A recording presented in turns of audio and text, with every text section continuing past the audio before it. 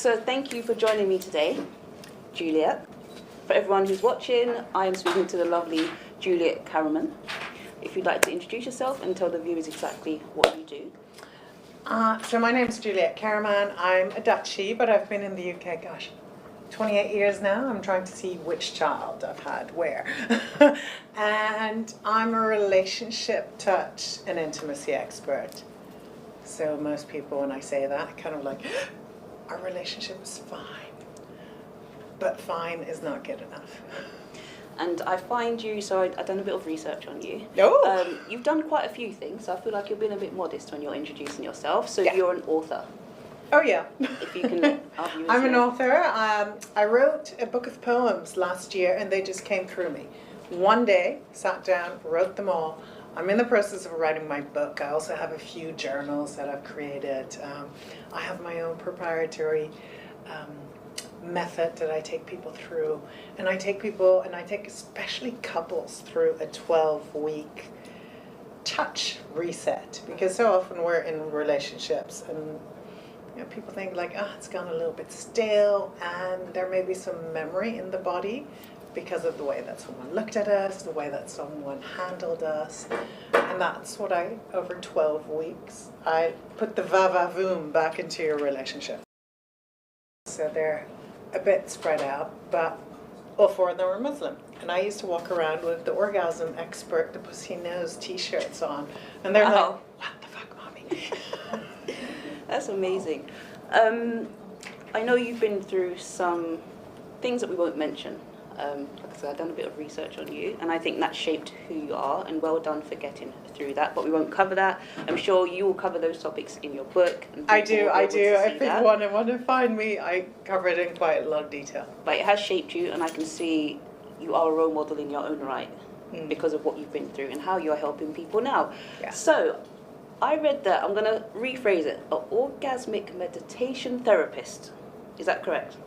That's how it started, yes. So when I read it, I thought, this is going to be very interesting. So orgasmic, obviously, it's going to be, I'll let you explain it. How do you exactly get people to that point? So it's really interesting. So orgasm meditation is a 15-minute partnered practice. Mm-hmm. And when I first heard about this, I'm like, what the heck? So the one person who has a finger rubs the clit for 15 minutes, strokes, not rubs, but really, really, like as soft as you would stroke your eye. Really soft. And the whole thing is to connect. And through clit stroking, let's be really funny, you get to like altered states. And the only thing that people actually want is that connection. It's like at one point when maybe in minute 5, I felt this warmth in my chest. And then the other person says, I can understand what that feels like in my body. It's not like I was angry, I was nauseous, but it's like, I had a felt experience. And going through that after a breakup and after I spent 9 months in hospital, in and out of hospital, actually just turned my body back on. Okay. So 15 minutes is a long time for a bit of, whether it's the partner on the other end doing it, so the one receiving it would love that. But is it something you're meant to time? Because 15 minutes is a bit of a... So how do you navigate through that?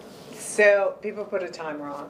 Okay. And it's like for the first 2 minutes, you just do grounding touch on the legs. I don't practice it much anymore, but from time to time, my partner and I still do. But it's taught me a lot. It's taught me how to help people through something which is called the erotic blueprints, the way into pleasure, that we all have a different language into pleasure. I've discovered something which I call the touch languages, that we're touched by life, by spiritual, emotional, energetic, physical, and then of course erotic. So it's like there's, just like the love languages, we have a different way into pleasure, we have a different way into being physically wanting to touch, and also probably a different way that we give it. I like the way you explain it. You make it sound like it's easy, but I know if I was to try this, I'd be way off. So when people meet you and you explain what you do, what's their reaction? It's like, our relationship is fine. Yeah, I get this at dinners. They're like, no, we're good. I'm like, I can tell by your body language. And I'm an EMDR therapist and a hypnotherapist, so I work on all the layers, not just a physical. And what first drew you into working So I had 4 children with one man, and I didn't realize that I had had some quite bad trauma in my past, and that actually affected us, and we didn't realize why. And of course, women at one point, when they're in their 40s, they reach a point that's like, okay, I've asked for marriage counseling for so long, it just didn't work. He was away a lot, absolutely adore him still, and we're really, really good friends. We're still co-parenting. I then got into a relationship with someone with 3 daughters, so we had 7 children between the 2 of us. Amazing. Yeah, until my body started fainting because I overgave, and I tried to get everyone happy and just make sure that everyone fit into the family, and that didn't quite work. So I spent 9 months in and out of hospital. And I remember waking up on the half landing in a pool of blood. Oh, wow. And it was like, wow, no, this is not how I'm going to die. So got myself out of that. Then I went to one of these turn-ons and got into orgasm meditation, got into sensuality, sexuality. I was already a SENCO, I was already a special educational needs coordinator, so I understood what it means for kids on the spectrum to start feeling again, to start understanding emotions. So that is how I got into it. And I remember one of my first workshops, they drew a line on the floor of tape. And that was like the first of the Me Too's, like, have you ever been hurt emotionally? And everyone hops over the line. And the questions got deeper and deeper and deeper until the end of it. Time you look at everyone, it's like, oh my God, I'm not the only one. So for other women out there that have had to navigate through being in relationships, and like you told us, you extended the family by having this partner who's got additional children. You've touched on the subject there. It's almost like women burn themselves out. What advice do you have for women currently going through that now? I mean, honestly, like the airplane, put on your oxygen mask first. Really start taking care of yourself. And I know, like, self-care is such a buzzword, and a lot of people talk about self-care, so it's like another box to tick. But what about you take 2 minutes a day? And I teach people this signal, it's called touch base. I get them to just concentrate on their 2 fingers. Take a breath in and just kind of notice where it lands. And then only look at your fingers. Everything else can go away.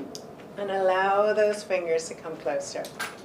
And you may already notice that you can start feeling a bit of buzzing between them, a bit of heat, and then let them land ever so slightly. And then recognize, what does it feel like as the thumb to receive your other finger? And then ever so slowly move that top finger. You're still breathing. You're still breathing. Okay. Unclench your butt cheeks as well. Oh, bit of an additional there. But really slowly move those fingers, the top ones, so you can almost feel every single ridge of your finger.